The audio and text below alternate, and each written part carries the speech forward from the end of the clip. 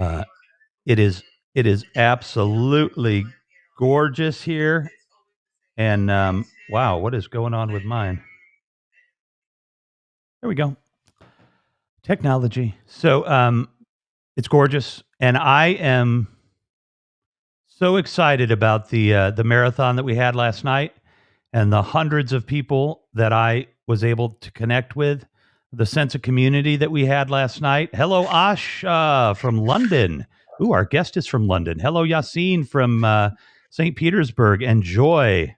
Late again. Wow, Joy. Yeah, that's going to get on my. You're going to get on my good side with that. All right. So here's what we're doing, folks. We are meeting Manjit, but that's not quite how it's said. So she'll say it again, and I'll be able to say it better. Gill, MBE, and like she's one of my new friends and an absolutely amazing person that I have been dying for you to meet. And so, if Eleanor will bring her in like that, awesome. How are you? Say your first name and everything for me again. It's Manjit, actually. Manjit. I got it. And that Thank you. that's with an English accent. You say it correctly, Manjit. to be honest. Yes. Okay. Okay. Oh, Manjit. Okay. Hey, I was right. All right, Manjit. So, hey, Bobby. Oh, Bobby, if you got, are you worn out? If you got a minute, you should come up and say hi because you guys are both in London, I believe. Um, Let me invite you up here, but only if you have time. I know you might be tired. You'll go sit in the corner, Joy. Thank you. Yassine says, welcome to HAPS. So can you see the comments, I Manjit? can. Yes, I can. So you can There we comment go. back. If you click on them, click on one of them, it'll give you a bunch of options. Okay. Hello, hello, Bobby Bicker. There you go. And so if there's somebody you want to reply to, click on their little spot. And oh, yep, good. So you just said greetings to me. My bad. You got to unclick the lock because Okay. you and I have a private channel with Eleanor. So sure, she'll join in a minute. Awesome. Um, Bobby Bicker is an artist and just an absolutely, she's like a phenomenon. She's nonstop. Um, she's teaching me a lot. Hi, Rev. Was fun last night. Harry, is last night still going? I kind of feel like that. There we go. Manjit says greetings to everybody. So, Manjit, you are in London, right? I am indeed. You are in And London. and we had blue skies today, so very much like the weather you've had in Chicago. Oh, that is lovely. I like that synchronicity of blue skies. Although somebody told me the other day they're actually violet, but maybe we'll get into that, but we'll see. Hmm. Hmm. It has to do with the way our eyes see things, I guess. So before we go into who Manjit is, and if you don't know who I am, as I said, I'm Revolution McKinnis. I host this program, which is called The Big Interview. We have The Big Interview is generally on Monday night, Wednesday night, Friday night.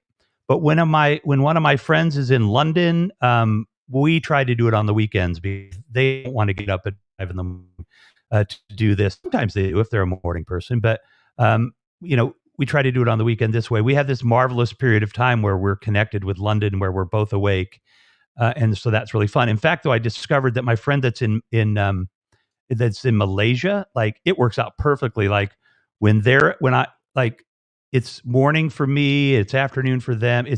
Malaysia's good. So if you have friends in Malaysia that want to broadcast, let's do it. I'm hoping maybe that Manjit, because of all the amazing work she does, will find a way to come onto our platform and do stuff. And I'm right here to help you if you want to, Manjit. So maybe later in the show we'll let you test drive the system and make her a director, Eleanor. And so please.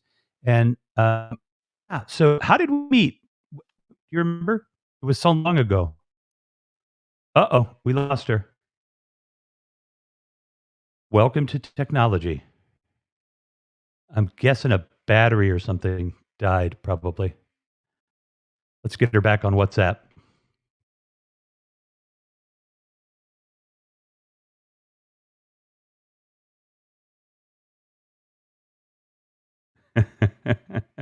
I love it when people, you know what? If I know this is going to sound very, I love it when people text me, "Hey, there I'm you are. You're back. back."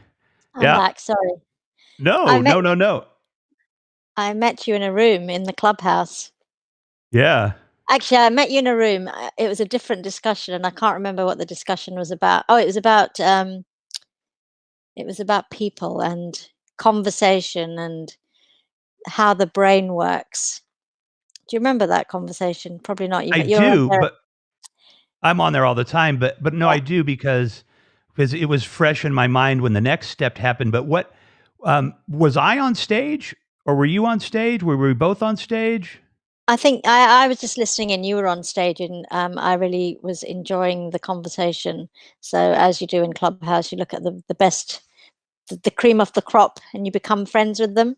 And that's kind of what happened. Wait, who did you be? Me, the cream of the crop. That's beautiful. Thank you. That funny. It was. Appreciate that. So then I'll tell the next part of the story. Um, so I am setting up. I'm doing a test. I'm testing my new microphone, and I got a USB issue. It's driving me crazy, and I want to be able to use this beautiful mic that I have on Clubhouse, right? And and Apple is just not cooperating, and I'm really frustrated. So I open up a room, and I believe it says USB test or something. Didn't need anybody to come in. Of course, I could have done a blank room, but it's a good thing I didn't, right? But because and it pinged everybody, of course, I'm guessing. But all of a sudden, Manjit shows up in my room, and we started talking a little bit, and um, I think you said that you wanted, you enjoyed the discussion that I was having, and you wanted to continue the discussion, maybe something like that.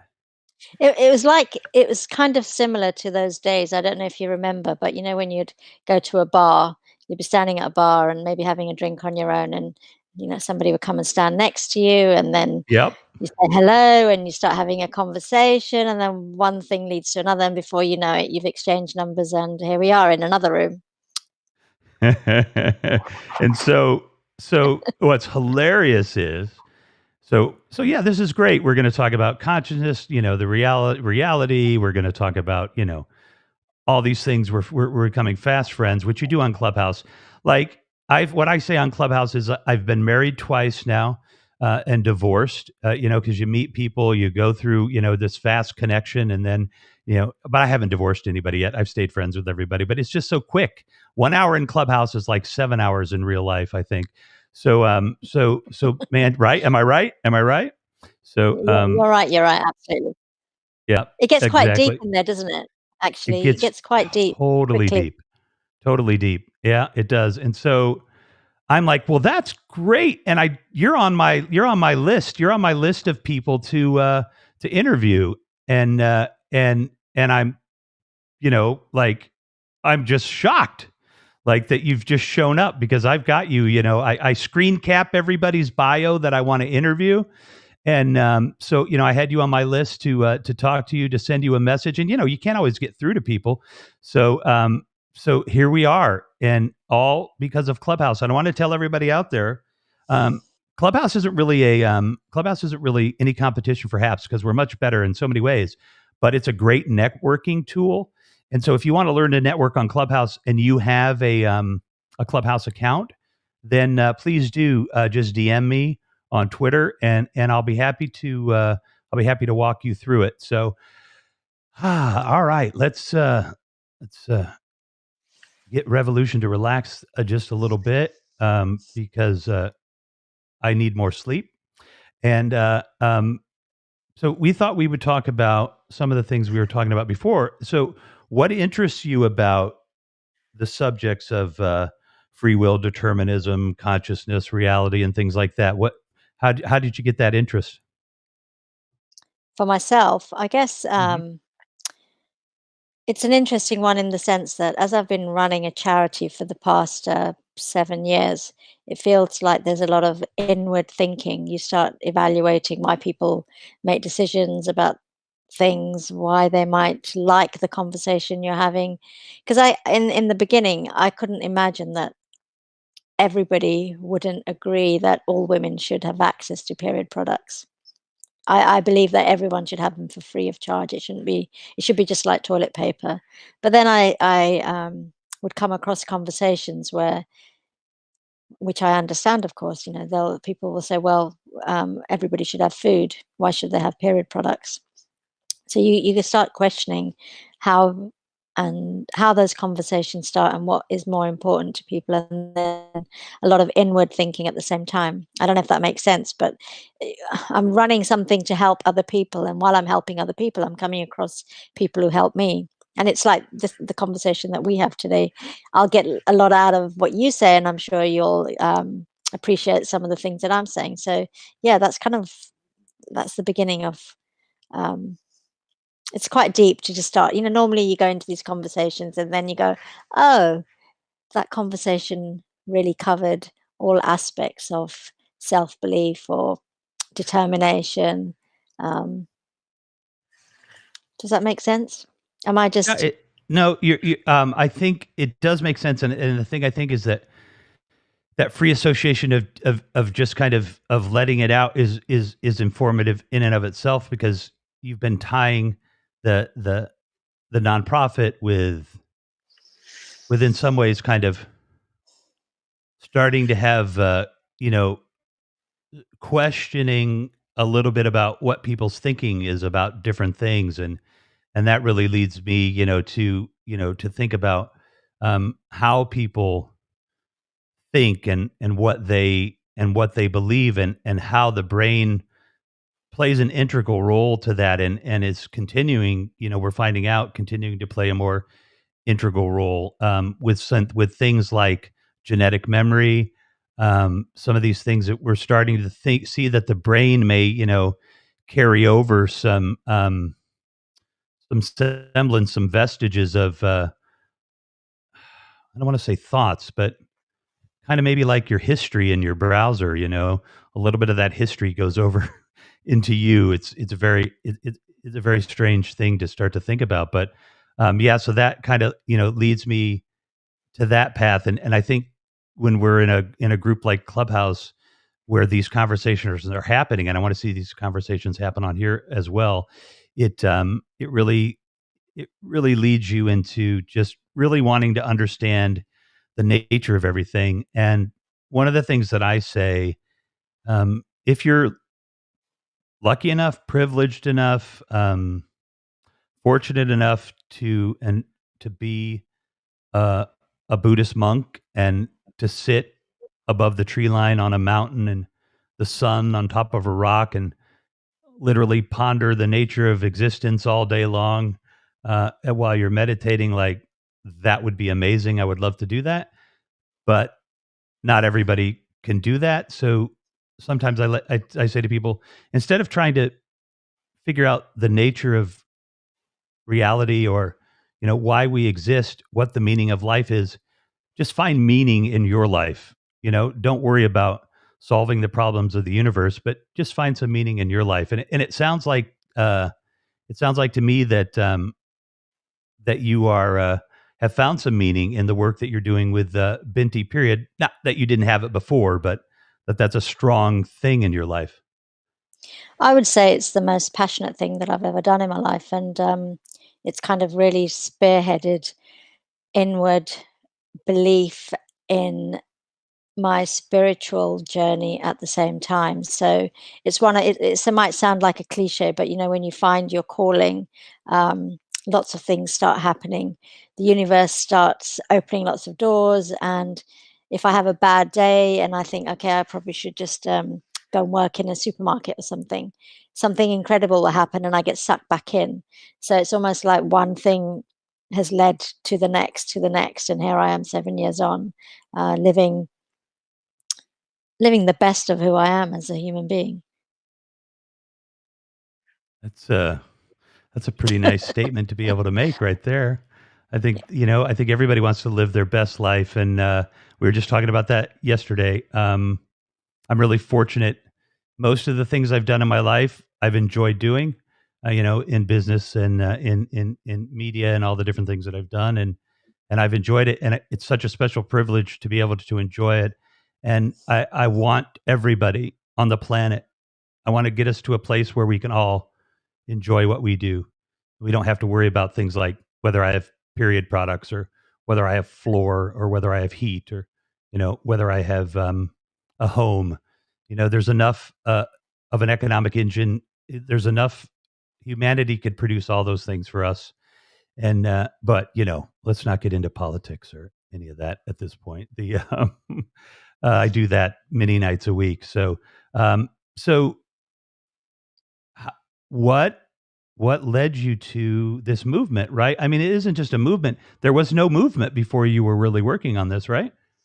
Yeah, it's 7 years ago when I started this journey. I started because actually 8 years ago I was working for a foundation where they were helping women in places like India and across Africa to become entrepreneurs. And I come from a sales and business development background. So I was mentoring a young lady in Nairobi. We used to speak every week on the phone. And despite the miles and the fact that she lived in a remote village in Kenya, Nairobi, our lives seemed quite similar until one day she said to me, Manjit, do you know that women in Africa don't have access to period products? And I was really blown away by this idea because I know that I wouldn't have been able to do anything in my life if I didn't have access. So I went to Nairobi, interviewed about 100 girls, and the stories on the ground were horrific, from some selling themselves, others using cow dung, animal skin, animal fat, leaves, grass. Others were sitting on a hole for a week. And essentially, what that meant was that girls would drop out of school when they started, and that cycle of poverty would be perpetuated because they'd get married off quite young and lo and behold, become mothers themselves. And then I did a similar exercise in India, but what I found in India was there was just this tremendous amount of shame. If you ask a girl what a period is in India, the only thing that she knows is that she's dirty. She doesn't know why she bleeds, where the blood comes from, or how to take care of herself. So we started to develop an education program. I and to set things very clear, in 7 years ago, we weren't talking about periods. There wasn't anybody out there talking about periods. If you did a search on Google, the only thing you would find was a couple of stats and information about this chap in India who'd developed a low-cost production unit to manufacture period products. Today, this conversation has gone global. It's available in mainstream media. We know the last year, we determined that 1 in 3 girls in the UK did not have access to period products during the pandemic. It's become something that's very prevalent around the world as an issue. It's not something that we think just happens in the developing world. So I think it's probably the same in the US as well. We've spoken to many different states and communities, and if you're not, the best way to think about it is like, I'll try and keep it in dollars, but for example, if you buy a packet of period products, they might cost between $4 and $6 per pack. If you've got 2 or 3 girls, or let's say just a daughter and a mother who live in the house, you have to multiply that amount by 2. But if you have a heavy period, then you might multiply that amount by another 2. So before you know it, you could be spending 24, $25 on period products a month. And if you don't have adequate income, then that's going to become quite a problem. You're going to have to choose between food or buying products. Some people, that $25 a month might even exceed their monthly income, huh? Yeah, exactly. Yeah. So, Yeah. what you'll hear is some women will use newspaper or toilet paper. Others will use a rag or socks, and the homeless, it gets even worse because they have to use what they have on them, or if they have access to public toilets. And I know last year, of course, we didn't have access to any public toilets, so it's just aggravated everything. I mean, it's like anything in today's world. 1 in 10 people don't have access to clean water. When there's a natural disaster these days, we do drop food, we do drop water, but we don't drop period products, and women still bleed. And of course, during the pandemic, women were still menstruating. And when there's an issue in your life, it's that one thing that gets left out, but it affects us on a day-to-day basis. So And I think that, go ahead. It's one aspect of it, right? So not having access to period products is one aspect of it. The other is that even though we grew up in the West, most of us can't explain what a period is. And if we talk about period shame, women will still shove products up their sleeves if they're going to use the washroom, for example, at work. It's not something that we'll carry around. Manufacturers will still use blue liquid on adverts to show absorbency of products. So the shame aspect is really important to consider. How many of us will actually have that conversation with people or family members or friends? In fact, if I know as a woman, previous to the Binti life, that if I was ever going to talk about periods, I would, and I was sitting in a public space, I could be saying something like, "Yeah, my period was really bad last week." You just bring that level down when you just say that word, and it's crazy. It's one of those things that we don't talk about, and because we don't talk about it, women suffer in silence. Some women don't even know what a normal period is, and it's only when they try to have babies that they find out that they haven't got a normal period, and then they start managing their cycle. But essentially, the bottom line is we let girls as young as 8 or 9 bleed every month for 4 decades of their lives, and we expect them to learn on the job. And it doesn't get any They further than haven't that. been, because it's culturally verboten, right? You're not taught by your mother necessarily.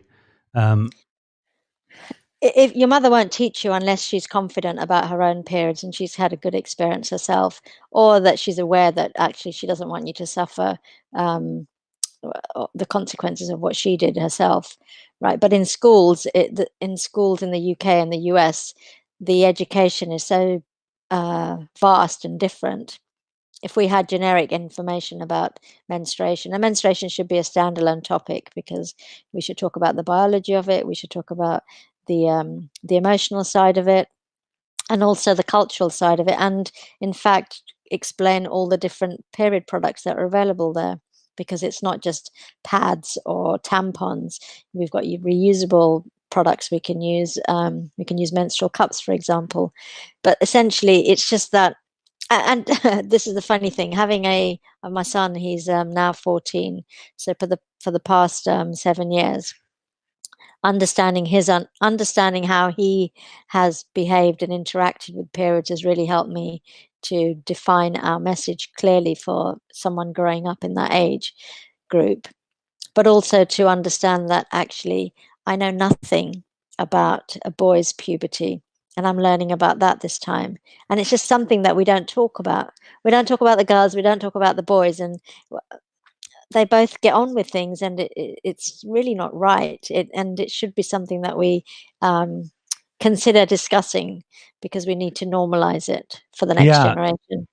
yeah. Like I'm going to tell this story because I think it's important because you brought up the subject of puberty and boys, and I have a young guy, and that stuff is going to start to happen, and we'll just say is to keep it G rated that when I was about 8 or 9, I made a discovery about myself that was rather fun, and when that hey, there's Bobby, and well, let's talk to Bobby for a minute. We'll go back to there. So because I want to know if she's been awake or if she's been asleep. So how goes it, Bobby? Hi. Uh-oh. Oh. That was me, Eleanor. I'm sorry. I shouldn't have pushed the button. Go ahead. You do it.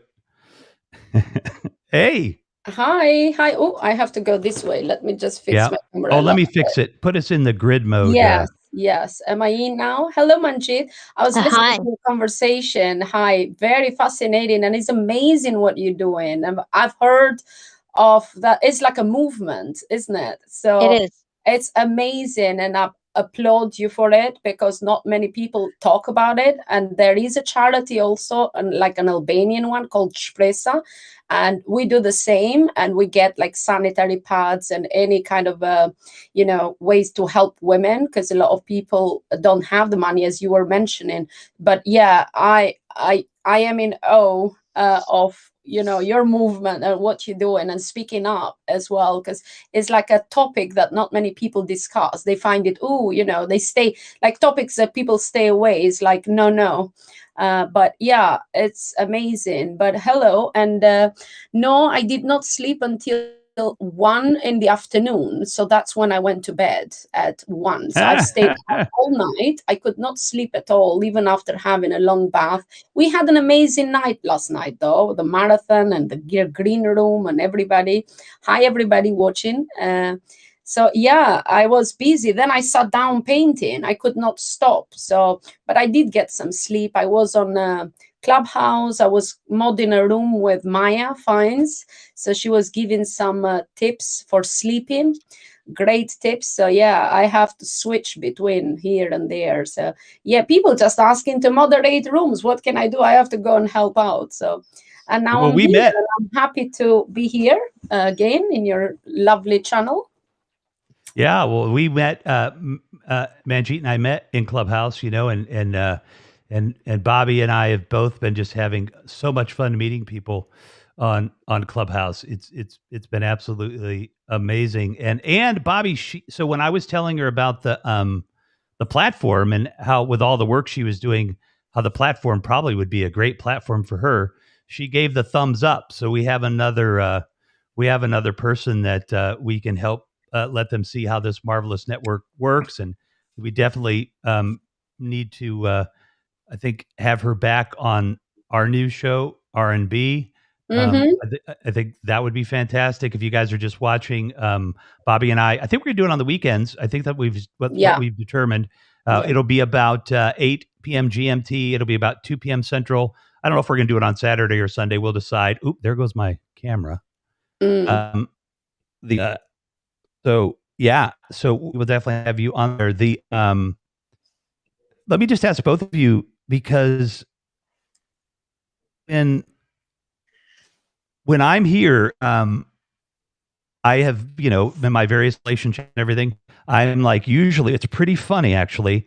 I've been asked to go buy the products, and at first I'm like, wait, no, I can't buy that. Like, no, like that'll be embarrassing. And that's how, deep it is into the culture. Is it, for both of you, was it something that you were kind of taught, like how does a girl, at least in the West, how does that process work? I don't think people know about that, because we don't even talk about it.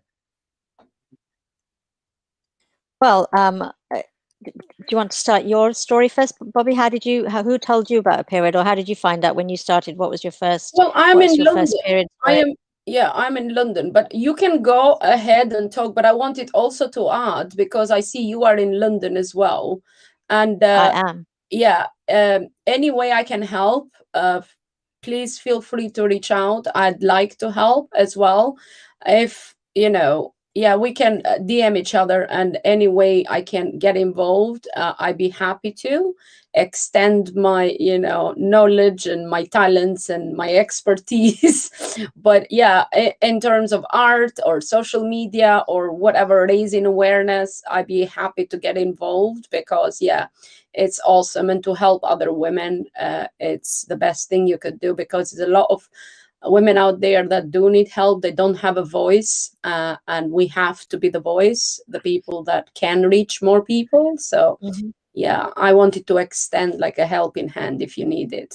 Oh, thank you, Bobby. I'll definitely hook up with you.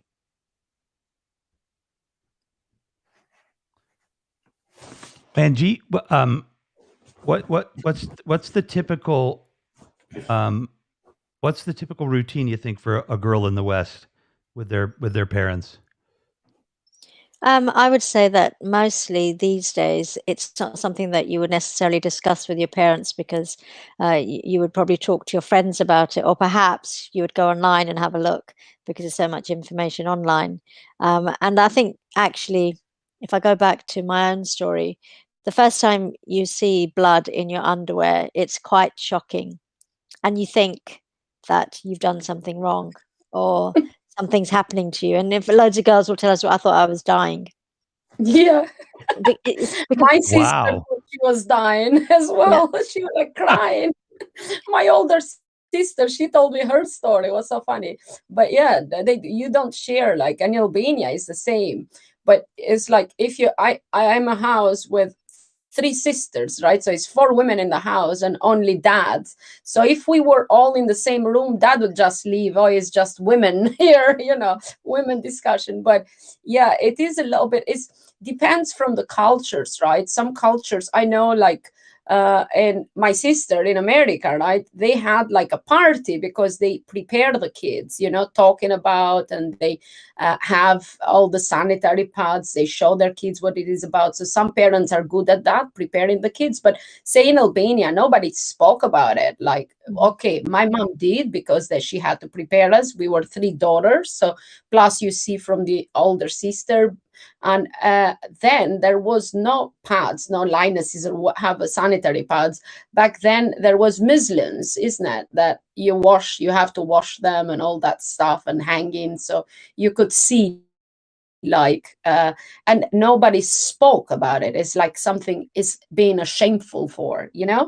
it's like a topic nobody talks about. But all mothers and sisters have it, everybody knows. And also educating your boys as well about women's problems and about periods. My son knows, and I've told him that is the eggs, die inside mommy's tummy every month, and they have to flush out somewhere. So all the bad blood gonna come, flush out, and it's a monthly routine. And you have to be kind to your wife or girlfriend when she has. Be kind, give her chocolates, cuddles, something warm for her stomach. So you have to be extra careful.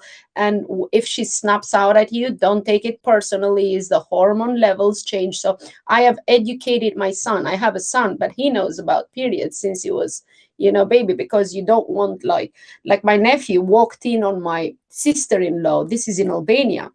And he was about like 5, 6. He thought his mother was dying because she had forgotten to put the leads. Because you put Muslims, you kind of wrap them and you put them there in your underwear, and she had left them there to let the blood soak out, whatever. But he thought that his mom was dying and was screaming, "Oh my God, mom is dying! She's got herself."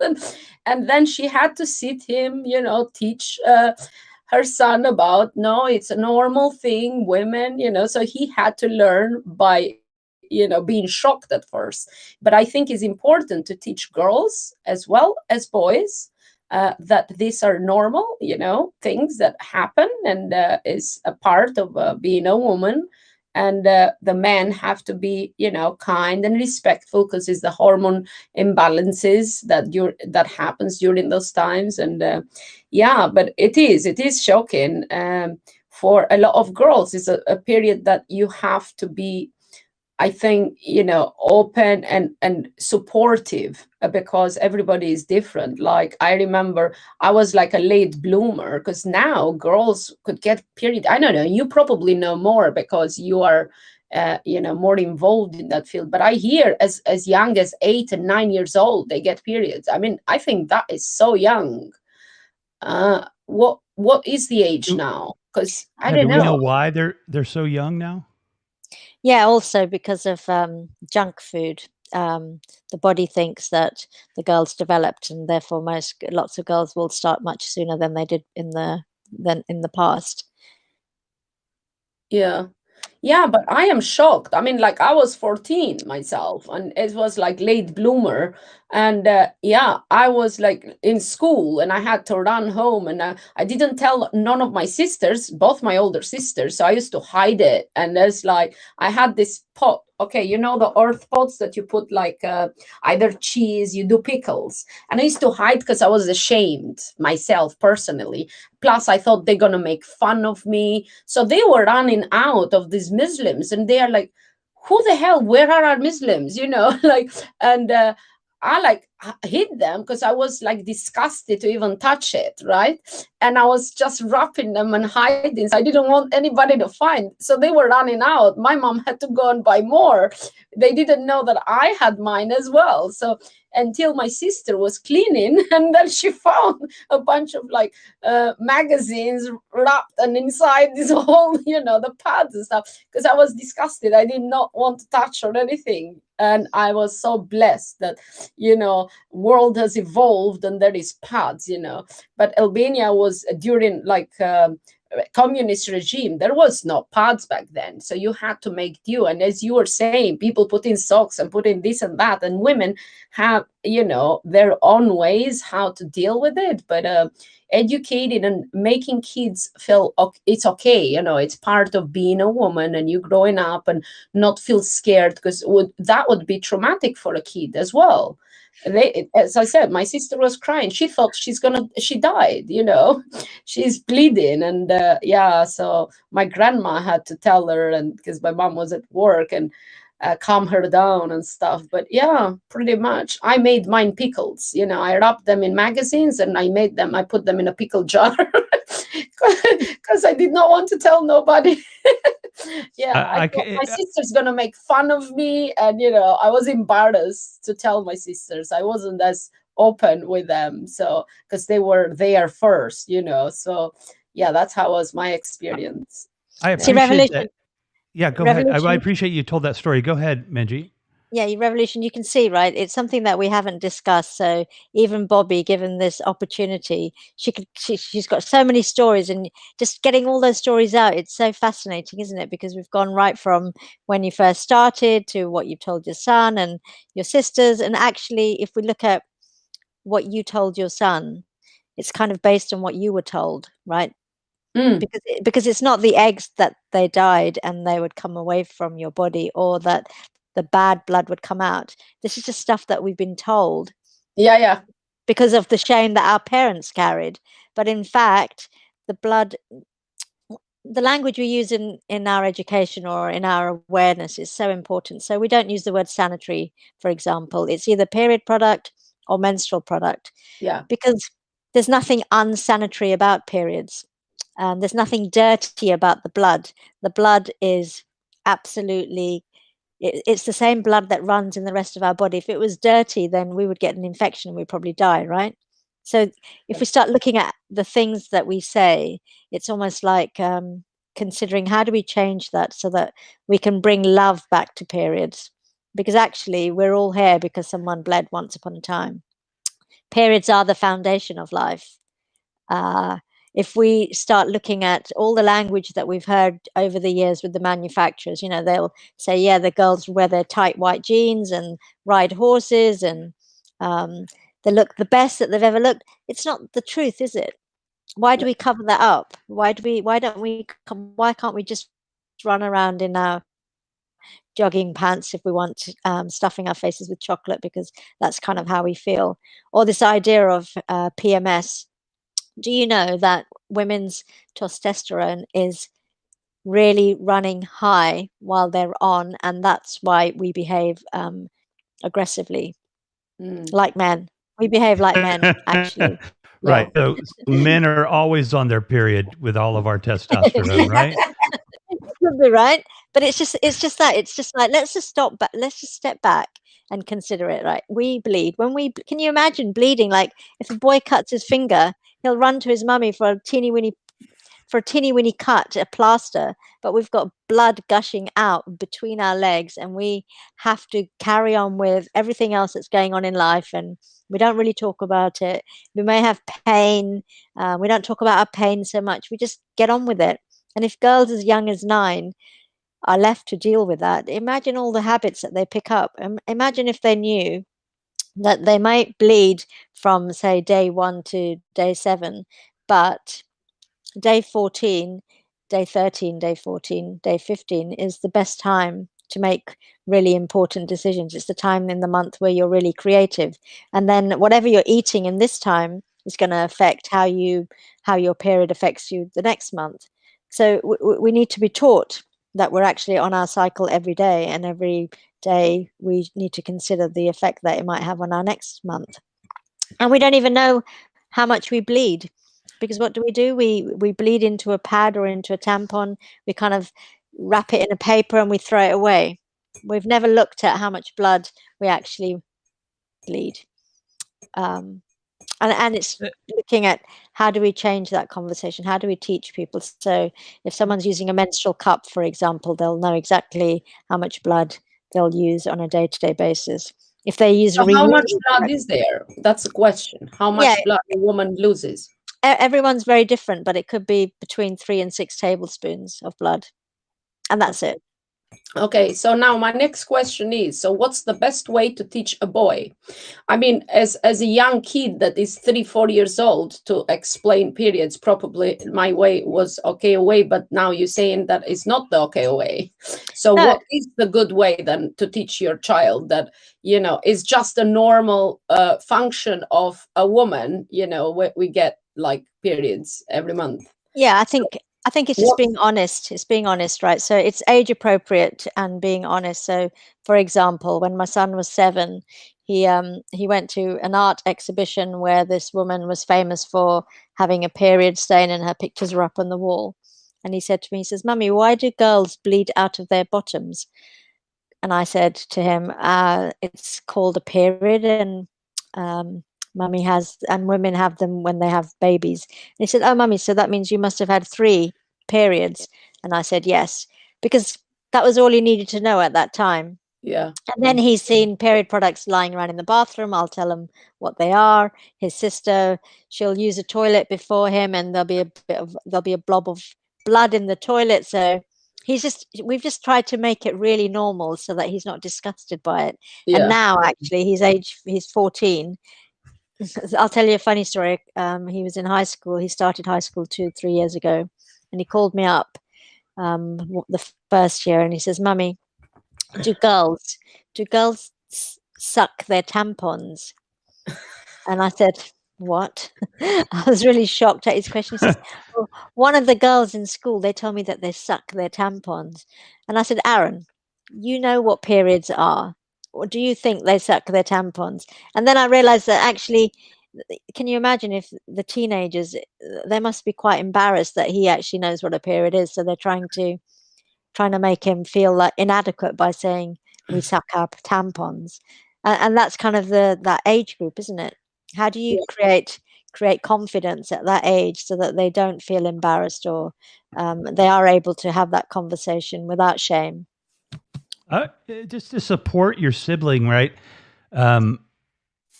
Just to have everybody in the house know what's going on, and just to be able to be supportive of each other, I think would just be just an absolutely, it's the way it needs to be. And I have to tell you that I'm just sitting here listening and taking all this in, because this is a conversation that just needs to be had. I mean, you're telling your story, Bobby, and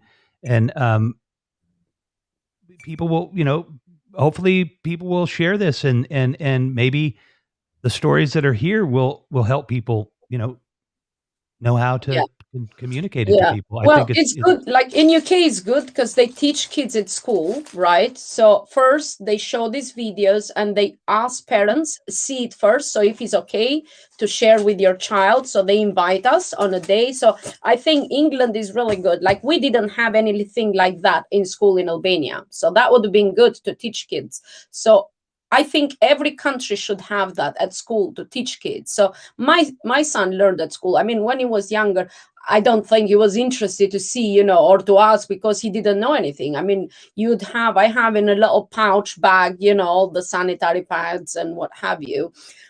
So this is mommy's stuff, you know, so he knows it's mommy's stuff. He wouldn't know, he wouldn't be interested to ask like what is this, because it's not that he's going to see me. But if he asks, you know, I answer him. Now he's 14, he knows because he's done at school, he's learned what it is, the cycle and all that stuff.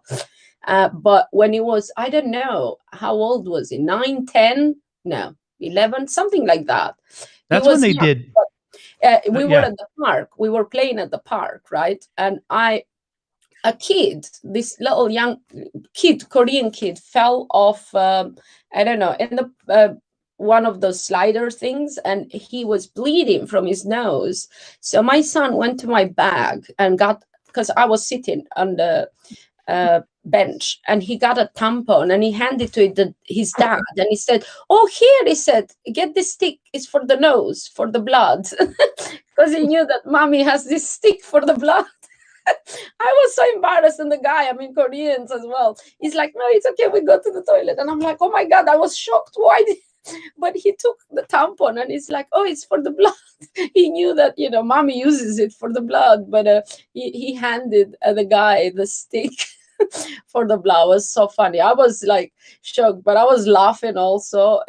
Yeah, it was really funny. It's actually nice to be able to laugh about this. I Yeah. mean, to kind of put ourselves at ease. I want to jump into the chat over here a little bit because it's been flying by. And Molly B said 14 minutes ago, sorry guys, I haven't been paying attention to the chat as much. It was a shocker for me. They gathered all the fourth grade girls in the gym. Black construction paper was on the door, windows. We watched a movie produced by Modus, and then we left. No question asking was allowed. Wow. That, like, what they did with us at sex ed was the girls all left and they got their section about periods, and then they did something else with the boys, and then they brought the group back together. Like, of course, I'm 54 years old. This was, almost 50 years ago. But yeah, I didn't know anything about it until, I mean, my mom maybe a little bit, but I didn't know anything about it really until my first girlfriend, I think, that, I started to kind of comprehend it a little bit. So let's see what else we got out there. Oh, go ahead. Yeah. Revolution. My son, who's now 14, he's in a very well-to-do school, and when he had sex education, I mean, much like what you said earlier, Bobby, about the video. I remember the video. We kind of do this, right? We see a penis for the first time, and they show us how to have sex, but they don't really talk about menstruation. And when my son had his sex ed class, he said the boys and the girls were separated. Yeah. And the girls were told, if the boys ask what they are, just tell them they're sweets. So he was talking about the tampons. And I said, well, didn't they tell you what periods are as you were in a separate class? He said, Mummy, I think boys probably need to use pads too. I said, what do you mean? He said, well, we get wet dreams, don't we? So my son, who knows everything about menstruation, had sex ed, and this was only 2 years ago, and came away thinking that he needs to use pads too. So no, we don't have adequate education in the UK. On any level. Yeah, that little story I was about to tell, let's just say this. I was crying to my mother. I broke it. And she came into the room and she's like, "You broke what?" I said, I broke my penis. She's like, "What do you mean you broke your penis?" Well, she's like, "What have you been doing?" And I'm like, "I've been rubbing it." And she's like, "Well, how long have you been rubbing it?" And I'm like, for a few days. And, and she said, "Well, what happened?" And I said, "Well, I broke it because it leaked." And, I don't know how my mother got through that, I could not, as a parent, I would have just had to walk out. I would have been, I wouldn't know what to do, but I had no idea that I would start masturbating, or that, that could happen. Nobody told me. And I was scared. I really thought I was, I was in trouble. So. But they don't teach us either, right? Mothers don't know. Mothers don't know that boys go through this during puberty. Yeah. I wish I knew how to support my son as he goes through his changes, but I don't know. And so we've now added boys' puberty to the education that we provide. Yeah, that's good. Because it's important to teach the girls at that. Well, actually, a couple of years ago, I was in a class teaching the kids about periods. And then I asked if anyone had any questions. And this boy said, "Miss, do boys' penises grow when they go through puberty?" And I was quite thrown by the question because I had no idea. And I said, I'm not sure, does it? Because it was the only thing that I could say or think of at the time. And so we've added that penis might grow to the class as well. And I'm learning as I go along because nobody's ever told me. And I'll add your story to the conversation too now. Yeah. Yeah, I tell you a funny story. My friend that she's Albania, she lives in Italy. So she had told her son, has spoken about, when the kids grow, because he was going through puberty and masturbation and stuff. And then you get like a juice comes out of, that it's called sperm and what have you. So he knew like the process and what to expect. But she's a nurse as well. So she have educated him somehow. So he knew. But so it's this magic juice that's going to come out and what have you. But so one day she says, I was like, I always think of her and I laugh, and I was at work, she says. So he calls me in the hospital and they're like, oh, I thought it's an emergency, right? Because he's calling me during work and he's like, Mommy, I got it out. What did you get out? It took me so long, but it was so painful. The magic juice. So he had been at it, been masturbating. So he got like the first time, ejaculated, and it was like so funny. But she said, I thought something, the house was on fire, and I felt so sorry as well for him, she said, but it was so funny. I wanted to laugh, but I couldn't laugh, make it like funny because it was his, growing up the part. But yeah, I got it. I was there forever, but it was so painful, and every time I think, because now my son is 14 and I'm like, we are very close together, but I don't know, he's a late bloomer as well, because I was late bloomer, my hubby was late bloomer, and it's not that I'm going to ask him and stuff, but if he has questions, I say, just be open. We are very open in our family. We talk about everything. So any questions, we are like best friends, but if he has questions, he would ask freely, like whatever questions he has. And I'm very open. I don't lie to him. I never lie to him about anything. So until, I don't know, 9, 10, I thought I was born from the armpit. So my mom gave birth to me from an armpit, and then I kept asking, and then it was the next armpit. So now I start thinking, hold on, because she changed in armpits. But how did I travel? If the baby is so big, how does it go from the tummy to the armpit, right? So I kept looking in the armpit for any scars. How did I come out? Oh no, it's like by magic, right? So then from the armpit, it changed. Oh, because you were so big. She kept changing the story, so I knew my mother was lying. I wasn't born from the armpit, right? So she said, oh, because you are so big, you came from the tummy.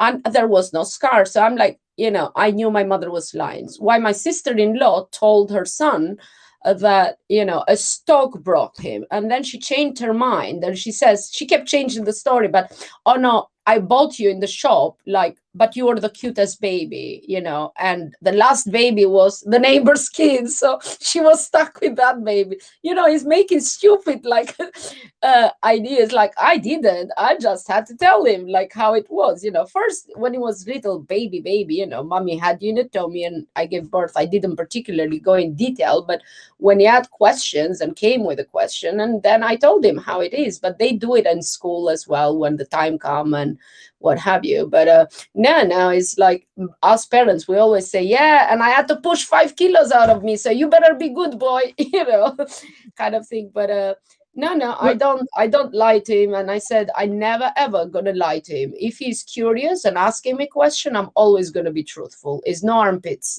I did not give birth from armpits. So yeah, well, that was how I knew I came from the armpit. Yeah. Wow. Wow. The armpit. Oh my goodness, Manjit, the stories that you must have heard across Africa and India, it just must be, I want to say amazing. I mean, it's not amazing, but it's just, it just must be overwhelming. What can people do? Education is something that people can do. What should people do to help people in the third world? So us first worlders, whatever that means, how can they help you in this, in this venture I just put up, Eleanor just put up your website, and for some reason, oh wait, now it's giving me the link there, and you guys should be able to click on that now. But yeah, what can people do to help make this a better place?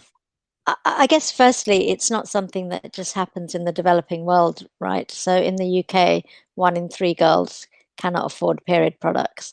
1 in 3, right? So it's not something that happens Crazy. somewhere else. It's happening on our doorstep. And I guess the most important thing is to just talk about periods. Talk about them, talk about your own experience. Don't be afraid. Share that conversation with your partner, share that conversation with children. Obviously, as an organization, I'm always going to say, yes, please support us. Go to our website. We're always looking for volunteers. We're always looking for funding, because actually, if I was to talk about the biggest change that I would like to see right now, it's to have period products in all public spaces.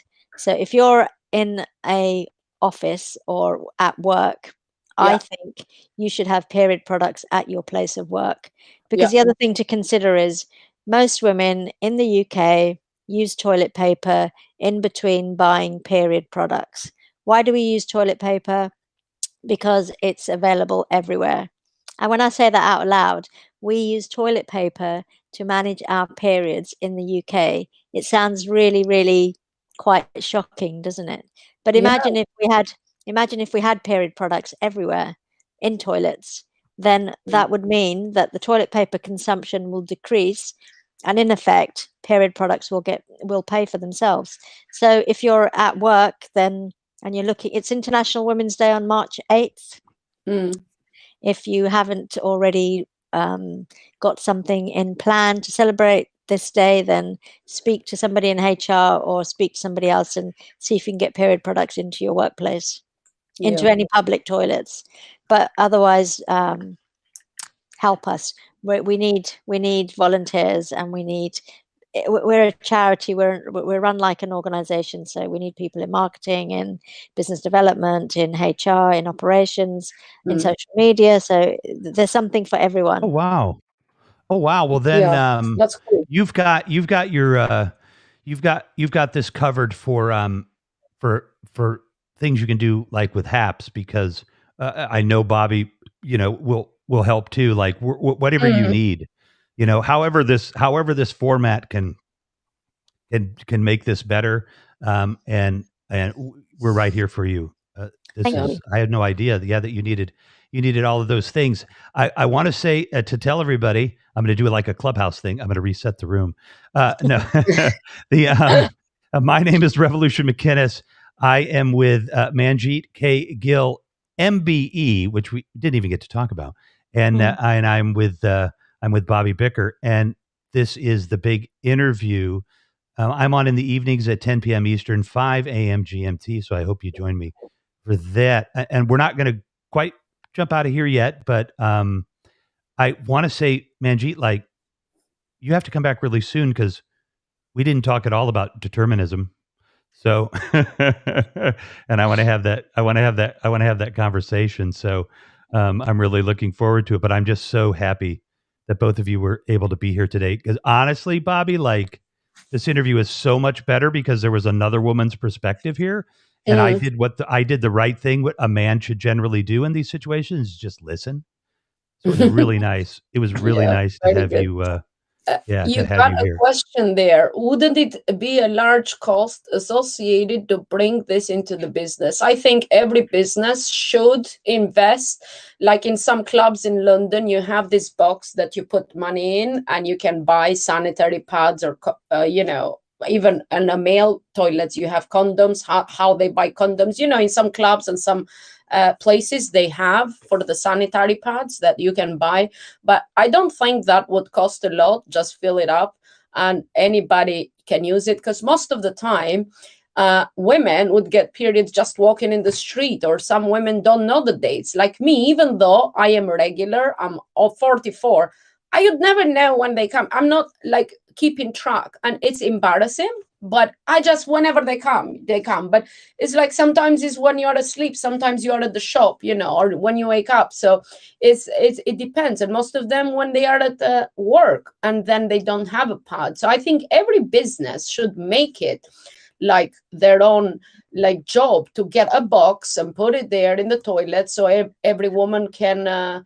grab one if it comes when they are at work. So it's important, I think, for businesses to do that, and each business should have a little box in the toilet. It's just the same maybe as men can have like condoms should be free, I think, too, in toilets and stuff, so a guy can go get it. I mean, a lot of guys are even embarrassed to go buy some, I don't know, or if they are younger. So it's better to teach them to be safe than being embarrassed to go into buying condoms. It's the same thing with boys as well. So that because men don't talk about their issues, and then they don't talk about, I mean, how men die of prostate cancer because they don't talk about with each other. You guys don't keep it inside. So it's the same as women have problems, but men have their own problems they don't talk about, that has to be talked about, right? You guys have to go out there and talk about and educate younger men, and leave it behind and say, this is normal, and it's better having safe sex than, making it taboo.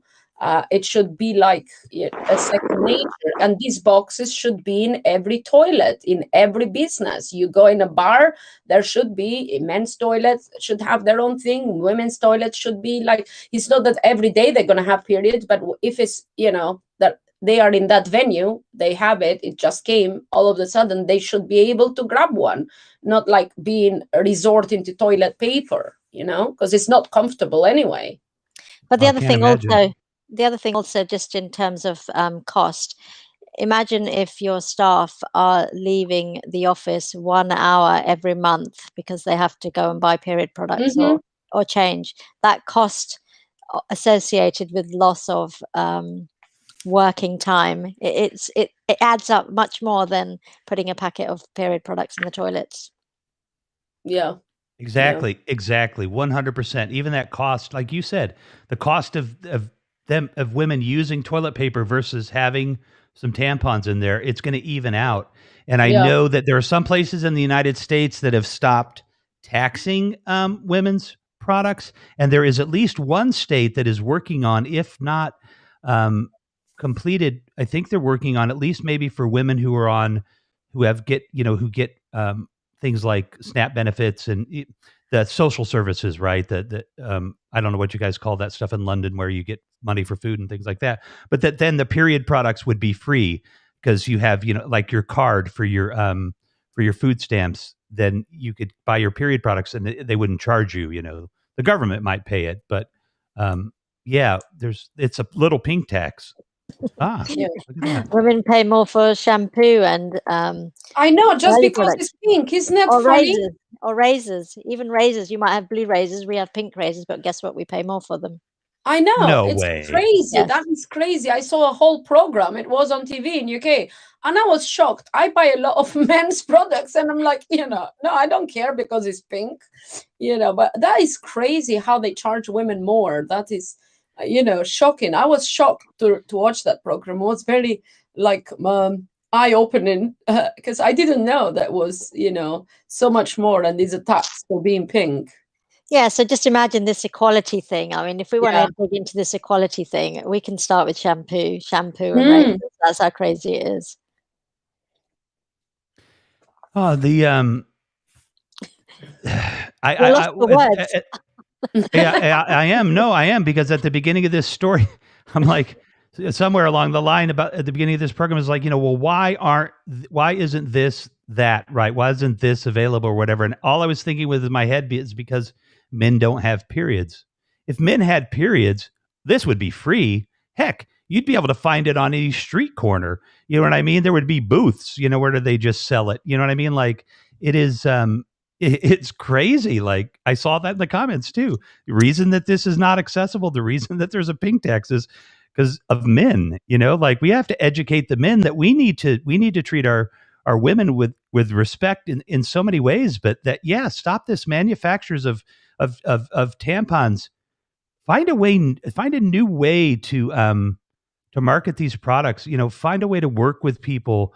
I don't, it just needs to change. And I just appreciate both of you so much. I agree with you, because to think about, I don't get it, because men come from women. They have a mother gave birth to them. Men have sisters, they marry a woman, so why shouldn't they be more supportive and talk about and help women? I don't get it. Like, it should be like win-win, because you are like honoring your mother, you're supporting your sister, you're supporting your wife.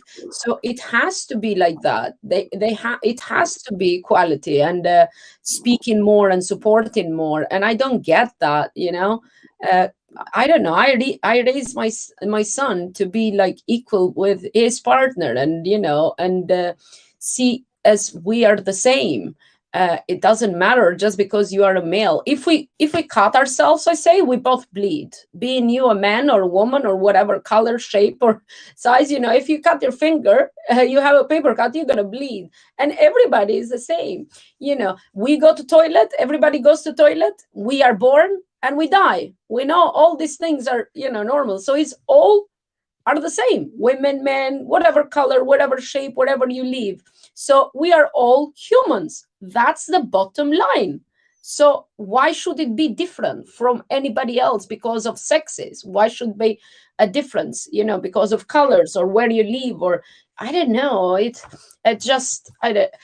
when I get into deep thought, I think about all this and I'm like, why, and it's greed. A lot of times it's greed and it's, I don't know, politics and all that stuff. But hey, right, sexism, everything, right? And the thing, Manjit, I want you to be able to kind of make a little bit of a closing statement here. The thing is that it just doesn't have to be this way. We're not who we were 200 years ago. We're not who we were 10 years ago.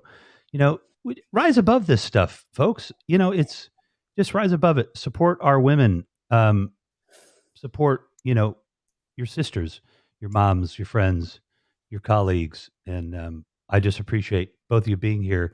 Manjit, I want you to close us out a little bit. And I think we're going to show you how all this stuff works really soon. And we're going to come back and talk about determinism. And we'll come back and on Bobby's program, because this is an important issue. And on our program, R&B. Yes. This is an important issue. So thank you so much. And please thank your son for all of his help to get us going too. The tech support, he was great. So. Yeah, no, thank you. Thank you for giving me the opportunity to talk about this. Essentially, every girl deserves dignity. And the more we talk about menstruation, the more we give permission for the next generation to talk about it. And also, if we're talking about it, then we see all the issues that are surrounded with it, be it health, be it understanding how your body works, even just respect. My biggest thing for talking about this in India, for example, Delhi has the highest rape numbers in the world. And I think it's got something to do with the fact that when women are on their period, they're considered dirty. I mean, imagine growing up thinking or believing that you're dirty. In that situation, if you think you're dirty and you're not worthy of the same love and affection that your brother or another man might have, then there's so many opportunities that are lost. And ultimately, we can only change what's happening over there if we change what's happening in our own worlds. So please talk about periods. Don't be afraid to say them out aloud. And that would be it, really. Thank you. Oh, thank you. Oh, yeah. And do follow us. Do follow us at Minty Period. I should add that too. And volunteer. Come on, marketing directors and everybody that she needed. Volunteer. Do some great work. Amazing things happen when we get together like this. And Bobby Bicker, I love you. It's just so I love beautiful. you, right? And and Manjit, we're Clubhouse best friends. So I love you, and I'm so happy that you were here. And I wish we could talk forever. And the only reason we have to go is because I have to be somewhere by 3:00. Because by 4:00. Because I just do this for fun, and all of you can do this for fun too. So come join us. And This has just been phenomenal. Eleanor, thank you for all your help.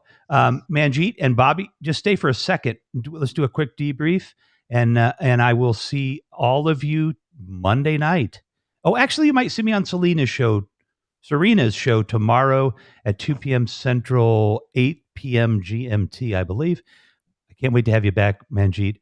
My name is Revolution McKinnis. This is the big interview on RevMac Live, and thank you for joining us. Peace be with you, and namaste.